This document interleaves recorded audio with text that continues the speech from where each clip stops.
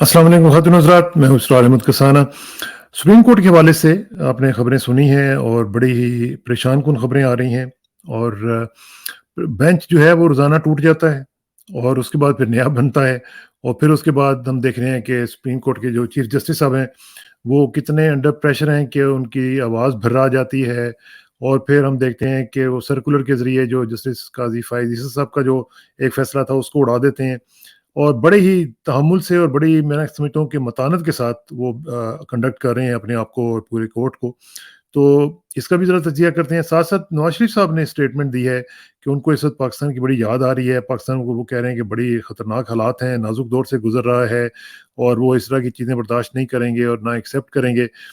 फिर साथ-साथ इसराइल के हवाले से जो मैंने पिछले व्लॉग में भी आपको बताया था कि हमने सुना है कि कोई ट्रेड रिलेशनशिप जो है वो शुरू हो गए हैं।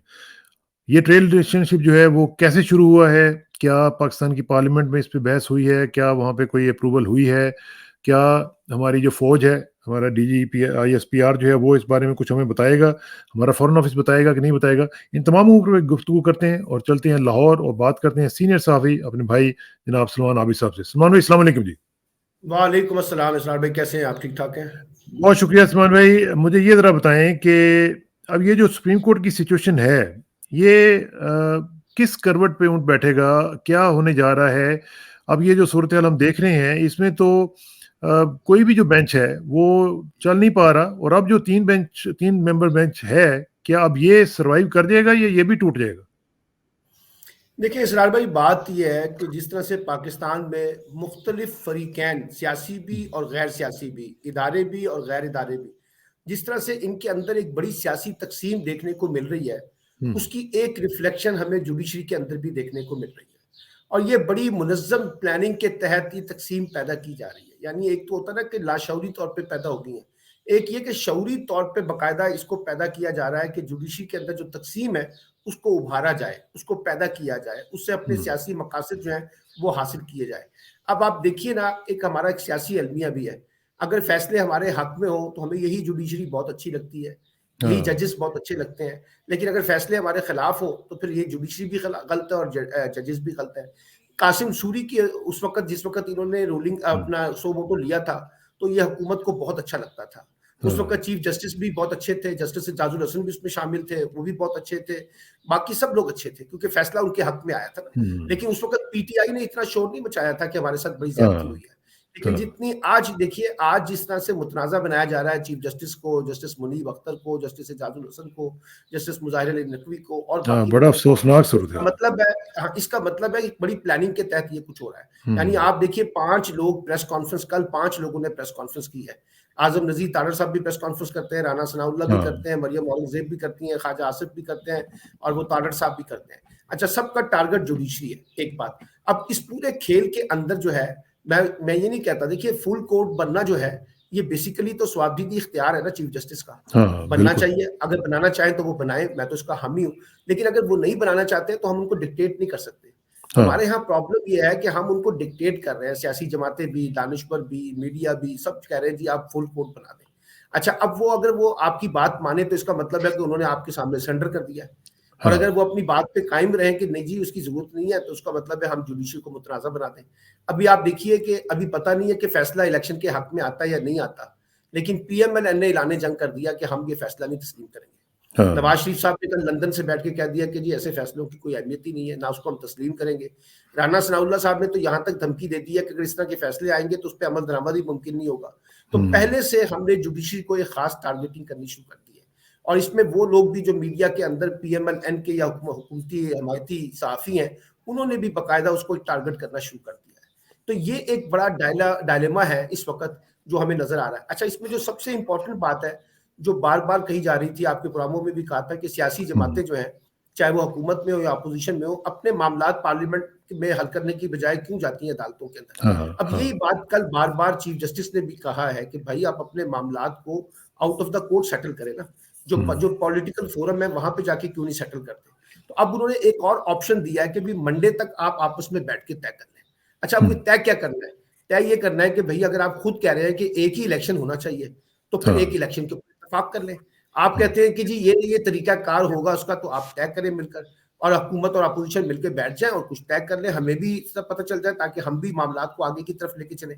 लेकिन चीफ जस्टिस के बकौल अगर ये सेटल नहीं होना पॉलिटिकली, तो फिर हम कॉन्स्टिट्यूशनली तो सेटल करेंगे ना, फिर हमें सब जाहिर कॉन्स्टिट्यूशन सेटल करना है। And which makes I think it makes perfect sense कि अगर आप देखें ना, सियासतदान अगर बैठ ही नहीं सकते आपस में, जो कि लग नहीं रहा कि कोई इस तरह के मुझे चांसेस लग रहे हों, तो फिर सुप्रीम कोर्ट के पास तो फिर कोई और रास्ता रहता ही नहीं है बाकी। जी जी, लेकिन एक डेवलपमेंट हुई है कल कल रात एक डेवलपमेंट हुई है, और डेवलपमेंट ये अच्छा। हुई है कि कुछ गैर सियासी लोग और कुछ सियासी लोग, कुछ लोग बैठ के ना इस मामले का कोई मामला निकालना चाहते हैं। अब मुझे नहीं पता कि ये मामला सेटल हो जाएगा या नहीं हो जाएगा, क्योंकि देखिए ना, इसमें एक बात ही है जो सेटलमेंट में हो सकती है, वो ये हो सकती है कि इलेक्शन जो है वो अर्ली हो जाए, यानी मई और जून के अंदर इलेक्शन हो जाए। लेकिन अगर इलेक्शन हुकूमत के बकौल हमने अक्टूबर से पहले कराने नहीं है, तो फिर इसका मतलब ये है कि फिर सेटलमेंट नहीं होगी, और जब सेटलमेंट नहीं होगी तो फिर आपको फाइनली जो है ना कॉन्स्टिट्यूशनली जो कोर्ट फैसला करेगी उसके मुताबिक चला जाएगा। लेकिन यहाँ तो ये धमकी ये दी जा रही है कि अगर कोर्ट ऐसा फैसला कर देगी तो वो हम उसको तस्लीम ही नहीं करेंगे, उसके ऊपर अमल दरामद ही नहीं करेंगे, तो वो एक नया डेडलॉक पैदा हो जाएगा। लेकिन मैं आपको बताऊं, लेकिन इसमें अगर कोर्ट ने इलेक्शन के हक में फैसला दे दिया, तो फिर आप याद रखिए 190 के तहत वो फौज को भी कह सकते हैं कि आपने सारे बिल्कुल कह मामला को सकते, डील किया। तो इसलिए बिल्कुल मैं कह ये कह सकते। रहा हूँ कि इस वक्त जो सिचुएशन है वो बड़ी कॉम्प्लिकेटेड है। आपने इदारों को स्टेक पे लगा दिया है। अब अगर आप कॉन्स्टिट्यूशन पे नहीं चलना चाहते तो फिर एक मसला आ जाएगा। आप कॉन्स्टिट्यूशन पे चलना चाहते हैं तो आपकी जो विश है कि इलेक्शन हमने नहीं कराने, उसके उस सारे खेल में अब आप देखिए ना, इसमें पीपल्स पार्टी के लोग जो हैं, लतीफ खोसा साहब, एतजाज एहसन साहब, नदीम अफजल चंद साहब, बहुत से लोग ये कह रहे हैं कि भाई ये क्या हो रहा है, इस तरह से तो नहीं मुल्क चलेगा जिस तरह से आप मुल्क चलाने की कोशिश कर रहे हैं। लेकिन मैंने जैसे कहा कि अब ये आल पाकिस्तान वकला कन्वेंशन हुआ है, अब उसके मुकाबले में सुना है कि आजम नजीर तारड़ साहब लाहौर इस्लामाबाद में पहले एक वकला कन्वेंशन कर रहे हैं, फिर उसके बाद लाहौर में करेंगे। यानी हम एक मुकाबलाबाजी का माहौल पैदा कर रहे हैं। यानी इशूज को सेटल करने की बजाय हम इशूज को और ज्यादा कॉम्प्लिकेटेड बना रहे हैं, और ज्यादा उसे मुश्किल बना रहे हैं। अच्छा, फिर ये देखिए हामिद मीर साहब ने कहा जी चीफ जस्टिस रिजाइन कर रहे हैं, और वो कल सुबह रिजाइन कर देंगे। अच्छा, यानी उनके खिलाफ पूरी कैंपेन चल रही है कि वो विड्रॉ करने वाले नहीं, हैं। कामरान खान साहब को देखें ना, आप कामरान खान को देखें, उन्होंने तो मुतालबा कर डाला है। अब सर ये मुतालबा कहां से जनरेट हो रहा है? ये हाँ। कौन जनरेट करवा रहा है इनसे? कौन कह रहा है कि आप ये मुतालबा रखें कि जनाब चीफ जस्टिस साहब रिजाइन दे दें? यानी इसका मतलब है बहुत से लोगों को चीफ जस्टिस सूट नहीं कर रहे ना। जब वो सूट नहीं कर रहे, अच्छा फिर इसमें एक और बड़ी बात ही है, हुकूमत ने बड़ी प्लानिंग के तहत जस्टिस फाइज ईसा को भी स्टेट पे लगा दिया है। यानी अब जस्टिस फाइज ईसा को बाकायदा आपने हुकूमती कैंप में डाल दिया है। यानी एक तरफ देखिए, मैं उनका वो जो मुकदमा था उनके खिलाफ, अगरचे हुकूमत ने, उस वक्त की हुकूमत इमरान खान ने मान लिया कि हमें गलत था, हमें नहीं करना चाहिए था, लेकिन टाइमिंग देखिए ना, एक तरफ वो फैसला देते हैं और दूसरी तरफ उनके हक में कल सुबह फैसला आ जाता है।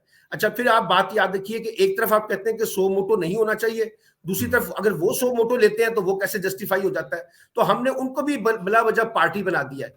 और ये मैं समझता हूँ कि एक बड़ी प्लानिंग के तहत PMNN की हिस्ट्री है, जुडिशरी को तकसीम करने की, जुडिशरी को डराने की, उनको धमकाने की एक पूरी हिस्ट्री है इसकी। तो इसलिए मैं ये समझता हूं कि जो मुझे सबसे बड़ा अफसोस है, जो मैंने पिछले प्रोग्राम में भी कहा था, कि इस पूरे खेल में पीपल्स पार्टी ने अपने आप को ज्यादा जिसे कहते हैं डैमेज किया है। यानी उसकी कोई पॉलिटिकल पोजीशन निकल के सामने नहीं आ रही।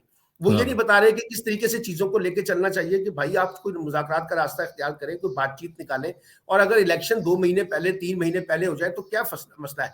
लेकिन यहाँ ये सारी कोशिशें हो रही हैं कि हमने इमरान खान को कैसे मैनेज करना है। लेकिन इसमें जो आपने अभी थोड़ी देर पहले बताया ना कि किसने कामरान खान को कहा कि इस तरह का ट्वीट करे, मुतालबा करे, अब वो जो किसने है, असल में उन्होंने ये सारा कुछ मसला जो है ना वो रोका हुआ है ना, कि वो इनको ना तो बैठने दे रहे हैं, ना वो जो इम्प्रेशन है वो तो यही है कि जी वो बिल्कुल नहीं चाहते हैं कि इमरान खान साहब को कोई रास्ता दिया जाए। तो अगर वो नहीं दिया जाएगा तो फिर तो मामला जो है वो डेडलॉक पे ही रहेंगे ना, उसमें तो कोई बात आगे नहीं बढ़ेगी। बात यह है कि दो खतरनाक रुझान है। पहला खतरनाक रुझान ये है कि पाकिस्तान में हर बंदा ये समझ रहा है जो कुछ हो रहा है इसके पीछे एस्टैब्लिशमेंट है। ये एस्टैब्लिशमेंट के हक में नहीं है। मैं आपको बताऊं, अगर हर चीज का मुकदमा जो है, हर चीज का इल्जाम जब एस्टैब्लिशमेंट पे जाएगा, तो एस्टैब्लिशमेंट चाहे शामिल हो या ना शामिल हो, लेकिन उसको उसका बोझ उठाना पड़ेगा। एक बात।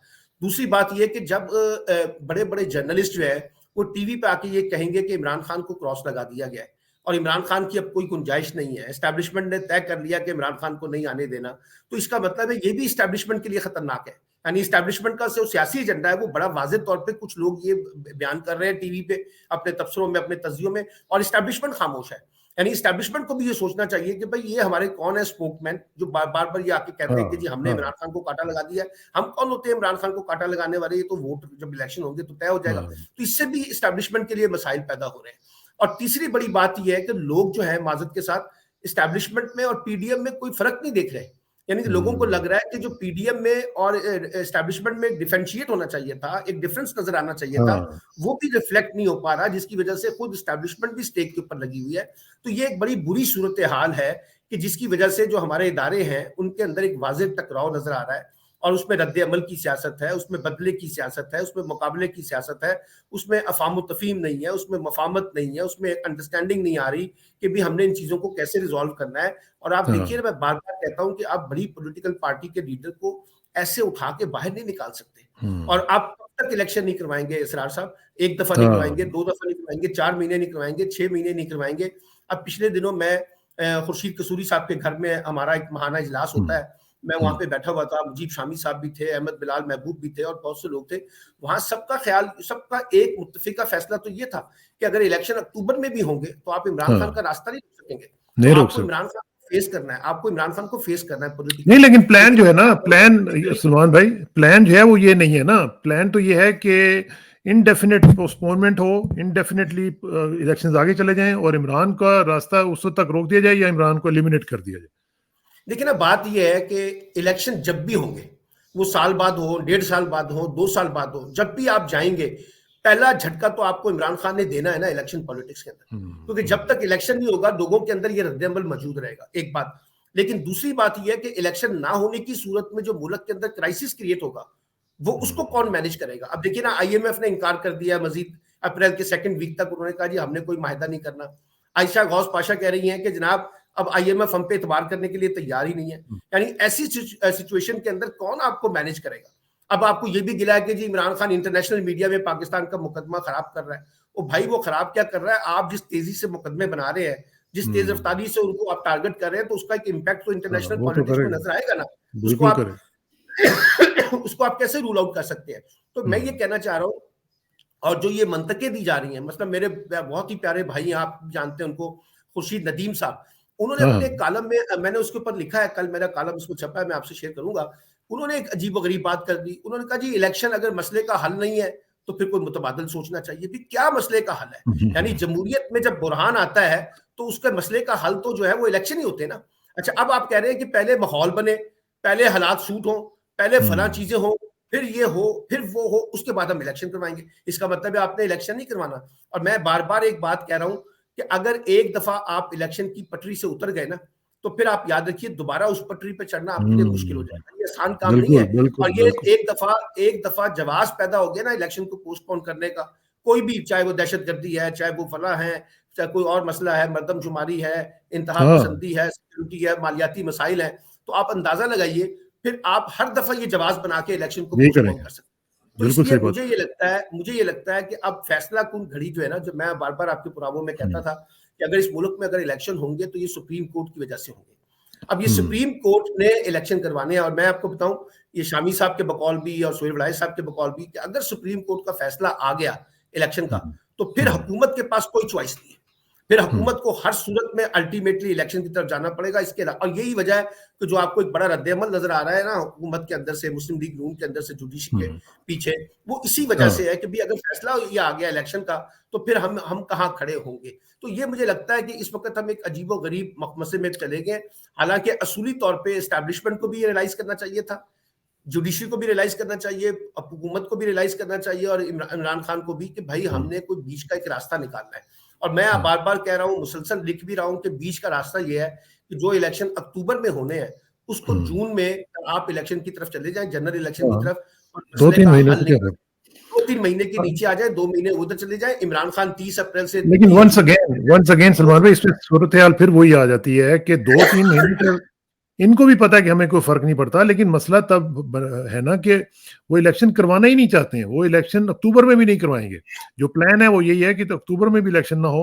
हालांकि मैं समझता हूं कि अगर ये मान जाए कि 2-3 महीने पहले आ जाए और इलेक्शन एक ही हो, जिस तरह की आप भी कहते आ रहे हैं, उसमें पीडीएम का फायदा है, बजाय इसके कि ये अगर केपीके के और पंजाब की इलेक्शन करवाने पर मजबूर हो जाए तो वो इसमें इनके लिए बड़ा शदीद नुकसान होगा, बजाय उसके बजाय वो जो करें कि एक इलेक्शन हो। इसरार साहब, बात यह है कि मुस्लिम लीग नून इस वक्त रेलिवेंट नहीं है इलेक्शन होने या ना होने के बारे में, मेरी अपनी राय है। अगर इस्टेब्लिशमेंट के अंदर ये तय हो जाए कि इसका रेजोल्यूशन इलेक्शन ही है, तो फिर वो रास्ता निकाल लेंगे, मैं आपको बताऊं। वो नहीं ना मान इसलिए रहे। बुनियादी तौर पे इस्टेब्लिशमेंट को रियलाइज करना है कि इस पूरे क्राइसिस का जो वे आउट है ना, और इसका जो वे फॉरवर्ड है, वो अगर इलेक्शन है तो फिर आप आगे चले। अब एक बड़ी दिलचस्प बात बार बार आ रही है, और ये बहुत से लोगों ने की है, शामी साहब ने भी उस दिन मीटिंग में ये डिस्कस किया था, कि जी एक फियर है हुकूमत के अंदर कि अगर इमरान खान जीत कर आ गए तो वो हमारे खिलाफ एक बहुत बड़ी इंतकामी कार्रवाई करेंगे। और बार बार ये कहा जा रहा है कि इमरान खान साहब इस बात को इंश्योर करें कि अगर वो जीत कर आते हैं तो वो किसी के साथ इंतकामी कार्रवाई नहीं करेंगे। अच्छा, इमरान खान कह चुके हैं, लेकिन उसके बावजूद लोगों में फियर है। ख्वाजा साद रफीक ने भी ये बात की है। कल असद कैसर जो स्पीकर थे कौमी असम्बली के, उन्होंने कल वजाहत की है कि जी अगर हम इख्तिदार में आएंगे तो हम किसी से बदला नहीं लेंगे। अच्छा, ये भी एक पीछे पसे पर्दा बात चल रही है कि भाई अगर इमरान खान ने आना है तो क्या ये तो नहीं कि वो आके हम सब लोगों को बाकायदा अकाउंटेबल करना शुरू कर देगा, और जो चीजें खत्म हुई हैं, बड़ी मुश्किल से हमने खत्म की हैं, वो दोबारा उसको रीओपन कर देगा। तो ये नहीं, तो अगर इनको इतना फिक्र लाहिक है तो फिर इस तरह की हरकतें ना करें जिस तरह की ये अभी कर रहे हैं, जिस तरह के लोगों को उठा रहे हैं, लोगों को मार रहे हैं। बात यह है कि जब आप इस तरह की हरकतें करते हैं ना, तो इसका मतलब होता है कि अगले आने वाले वक्त के लिए कुछ ना कुछ गिव एंड टेक कर लिया जाए। तो इसलिए देखिए, जो बार्गेनिंग चिप है ना हुकूमत के पास भी, वो यही है कि जी अगर अच्छा ठीक है जी, अगर इमरान खान ने आना है तो हमें इस बात की गारंटी दी जाए कि हमारे खिलाफ कुछ नहीं होगा। और वो गारंटी इमरान खान से नहीं मांग रहे, वो गारंटी एस्टैब्लिशमेंट से मांग रहे हैं, पहली बात। अच्छा, एस्टैब्लिशमेंट के अंदर भी कुछ लोग एस्टैब्लिशमेंट को ये कह रहे हैं कि इमरान खान आएगा तो बड़ा सख्त हो जाएगा आपके खिलाफ। तो ये बाकायदा कल जो इमरान खान ने मैसेज दिया है कि पाकिस्तान की मजबूती फौज के साथ जुड़ी हुई है, वो इसी को इसी तरह से देखें कि बिला वजह इमरान खान में और फौज में जो डिस्टेंस क्रिएट करने की कोशिश की जा रही है।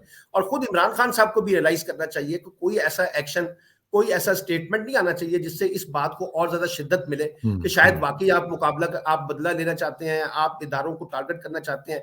और ये भी मैंने आपके प्रोग्राम में बहुत पहले कहा था, ये अच्छा तासुर नहीं है कि हुकूमत जो है वो खड़ी हो जाए जुडिशरी के खिलाफ और इमरान खान खड़े हो जाए जुडिशरी के हमायत में। इससे भी फिर और ज्यादा डिवीजन जो है ना वो पैदा हो जाएगी, वो नजर आ रही है। और ये जो एतजाज हसन साहब ने कहा है ना, बड़ी अच्छी बात की है। देखिए, जजेस भी जो है ना वो एक सतह के ऊपर सामने आ रहे हैं, किसकी क्या पोजीशन है, लोगों को पता चल रहा है कि जजेस कहाँ खड़े हैं। कोई जज ये नहीं कह रहा कि जी इलेक्शन जो है ना 90 दिन नहीं होना चाहिए, सब कहते हैं। अच्छा, लेकिन सवाल ये है कि उस इलेक्शन जिसपे असल बात होनी चाहिए उसको छोड़ के कोई कहता है फुल बेंच बना दें, कोई कहता है लार्जर बेंच बना दें, कोई कहता है शॉर्ट बेंच बना दें, कोई कहता है फला कर दें, कोई कहता है फला कर दें। यानी उस असल इशू पे नहीं आ रहे कि जिससे हुकूमत भागने की कोशिश कर रही है कि जी इलेक्शन भी तो टाइम पे होने चाहिए ना। तो मेरा ख्याल है कि इस वक्त जो बाकायदा एक प्लानिंग के तहत जुडिशरी को टारगेट किया गया है, इसमें असल जो इस्तकामत है ना जी, वो चीफ जस्टिस की है। देखिए, चीफ जस्टिस के पास कोई ज्यादा टाइम नहीं है, उन्होंने तो जाना ही जाना है और उनकी मुद्दत भी खत्म होने वाली है इस साल। असल मसला यह है कि वो ये डिटरमिन करेगा कि वो कहाँ अपना नाम लिखवाना चाहते हैं, उस जगह पे जहां आपने पसपाई इख्तियार की है या उस जगह पर जिसपे आपने मुज़ाहमत की है। अच्छा, इलेक्शन हो या ना हो, हुकूमत उस पर अमल दरामद करे ना करे, एस्टैब्लिशमेंट अमल दरामद करे ना करे, ये उनका मसला नहीं है।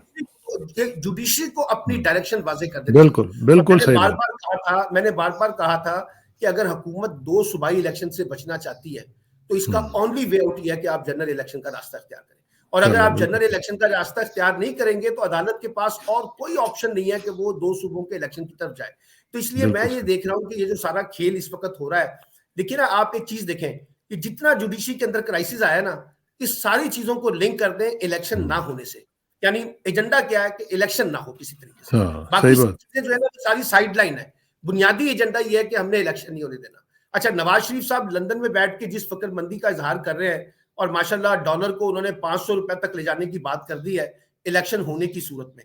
अच्छा, सवाल यह है कि अगर इलेक्शन नहीं हो रहे, और उस वक्त कौन सा डॉलर बड़ा शानदार नीचे तक चला गया, आप तो 180 रुपए पे लेके आना चाहते थे, वो तो चला गया 250 रुपए के ऊपर। तो मैं ये कहता हूं कि बाकायदा अब लंदन से बैठ के भी ये जो चीजें चल रही है ना, कि अगर खेल हमारे हक में होगा तो हम सपोर्ट करेंगे।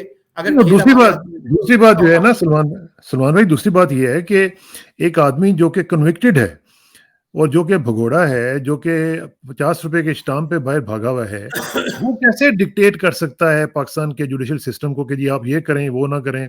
ये तो वही बात होगी ना कि चोर जो है वो चाह रहा है शोर और वो कह रहा है कि जी मैंने नहीं। लेकिन उसमें देखिए ना, उसमें हमारे जुडिशियल सिस्टम पे भी सवाल हैं कि कैसे एक शख्स यहां से बाहर गया।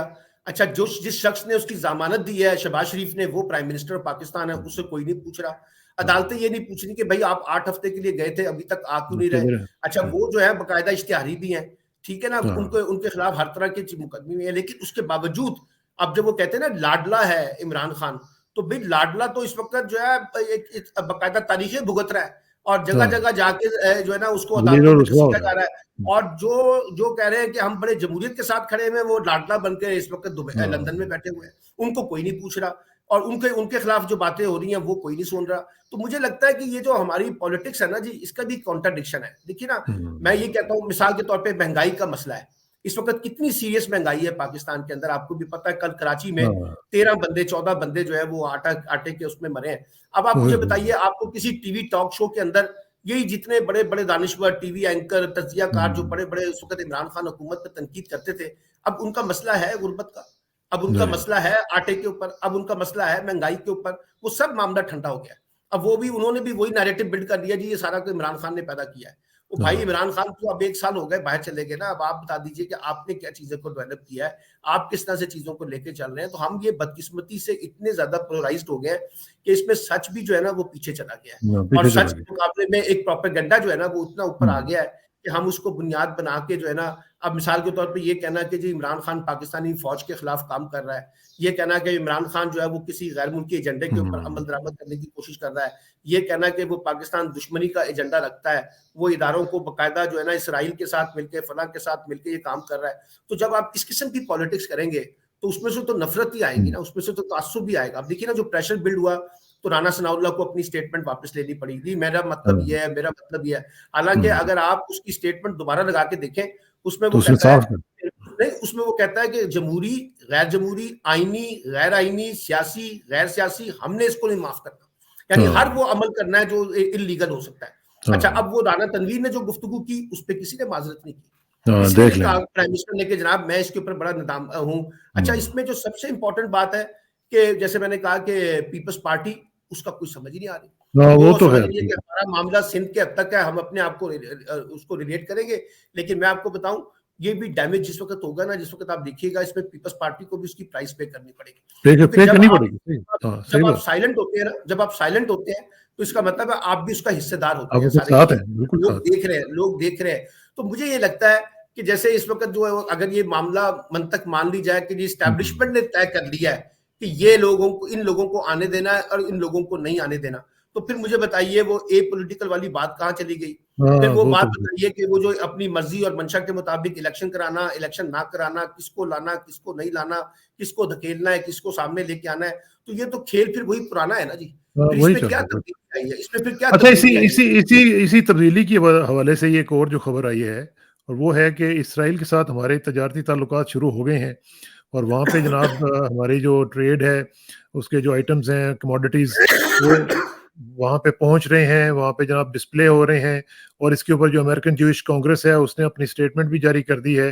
तो क्या ये तय कर लिया गया है कि इसराइल के साथ हमारे सफारती ताल्लुकात जो हैं वो बहाल हो गए हैं, और इसमें क्या फौज भी ऑन बोर्ड है, क्या फॉरेन ऑफिस भी ऑन बोर्ड है, या सिर्फ ये पर्सनल और इंडिविजुअल एक्शन है? जी देखिए, 2 बातें तो मुझे जाती तौर पे पता है कि इसराइल के साथ मामलात को डील करना और उसको रिजॉल्व करना और इंडिया के साथ ट्रेड को ओपन करना, इस पे एक ब्रॉडर अंडरस्टैंडिंग तो हमारी मौजूद है। एस्टैब्लिशमेंट भी चाहती है, पॉलिटिकल फोर्सेस भी चाहती है, लेकिन कुछ कंडीशनल हमारी थी कि भी इंडिया के पास अगर हमने ट्रेड करना है तो पहले ये कुछ इसका मसला हल हो जाए, तो फिर हम ट्रेड करने के लिए तैयार हैं। इसराइल के साथ कहा गया था कि अगर सऊदी अरब करेगा तो फिर हम भी करना शुरू कर देंगे। अच्छा, अब सवाल ये है कि ये जब चीजें इमरान खान करने की बात कर रहा था तो उसके ऊपर इल्जाम लग रहा था कि वो यहूदो हनूद का एजेंडा है और इसराइली एजेंडे के ऊपर अमल दरामद कर रहा है। इंडिया के बारे में कहा गया, उसने ये जो आर्टिकल 370 और 235 वाला जो था मामला था, उस पर उसने कश्मीर का सौदा कर लिया है। ठीक है जी, ये बिलावल साहब भी कहते थे, PMLN वाले भी कहते थे। अच्छा, अब जो चीजें डेवलप हो रही है, पहली बात तो ये है कि अभी तक तो ये तासुर दिया जा रहा है कि ये सारा इनफॉर्मल तरीके से हो रहा है, इसमें स्टेट अभी इन्वॉल्व नहीं है। ये जो नॉन स्टेट एक्टर है, यानी कारोबारी तबकात है, ये उनके इंडिविजुअल्स मामलात है जिनको चलाने की कोशिश की जा रही है। तो देखिए, फिर ट्रेड तो इसी तरह से ओपन होगी ना, डायरेक्ट ओपन से हुकूमत से नहीं ओपन होती। पहले आप इनफॉर्मल तरीके से चीजों को ओपन करते हैं, फिर उसको फॉर्मलाइज करते हैं।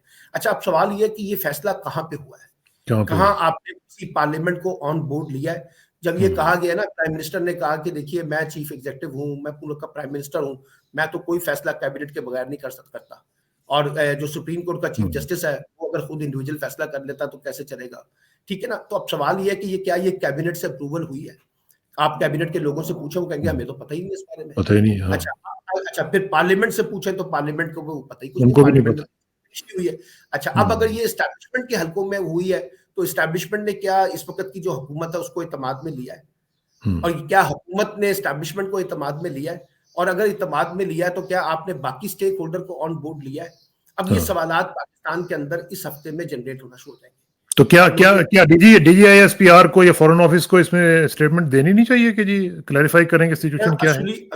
असूली तौर पे तो सबसे पहले ना चीफ एग्जीक्यूटिव को देनी चाहिए ना, प्राइम मिनिस्टर को। हाँ। प्राइम मिनिस्टर ये बताए कि जनाब ये जो इसराइल के साथ जो मामलात हैं उसकी नोयत ये है, ये ऐसा नहीं है जैसे तासुर दिया जा रहा है, पहली नंबर पे बात। फिर उसके बाद हमारी मिलिट्री एस्टैब्लिशमेंट भी उसकी वजाहत करे, क्योंकि सिक्योरिटी इशू है, उसके साथ वो रिलेटेड है सारी चीजें सारी। अब मसला ये है कि जब तक आप इसका इजहार नहीं करेंगे, आप वजाहत नहीं करेंगे, तो ये एम्बिग्युइटी क्रिएट होती रहेगी। अच्छा जब एम्बिग्युइटी क्रिएट रहेगी तो उसके मतलब है लोग अपने ताने बाने जोड़ने की कोशिश करेंगे, उसमें अपने पॉलिटिकल स्कोर भी करेंगे, एक दूसरे के खिलाफ बयानबाजी भी करेंगे। फिर वो आ जाएगा कि ये प्रो पाकिस्तानी है, ये एंटी पाकिस्तानी है, ये एंटी मजहब है, ये फला है। तो इसलिए उससे बेहतर है कि पहले आप वजाहत करें कि भाई ये चीजें कहाँ पे डिस्कस हुई हैं, कैसे तय हुई हैं, किन शराइत के ऊपर तय हुई हैं, कैसे आपने चीजों को लेकर आगे बढ़ना है। और अगर आप नहीं कर रहे हैं तो फिर आप और ज्यादा मसाइल को जनरेट करेंगे। और ये खासतौर पर इलेक्शन पॉलिटिक्स है, फिर उसके अंदर ये कायदा स्लोगन के तौर पर फिर उसको इस्तेमाल भी किया जाएगा। बिल्कुल किया जाएगा। इसको हम फॉलो करते रहेंगे। सलमान जी आपका बहुत बहुत शुक्रिया। इंशाल्लाह आपसे राब्ता रहेगा। सी यू नेक्स्ट वीक जी। अस्सलाम वालेकुम। Thank you very much.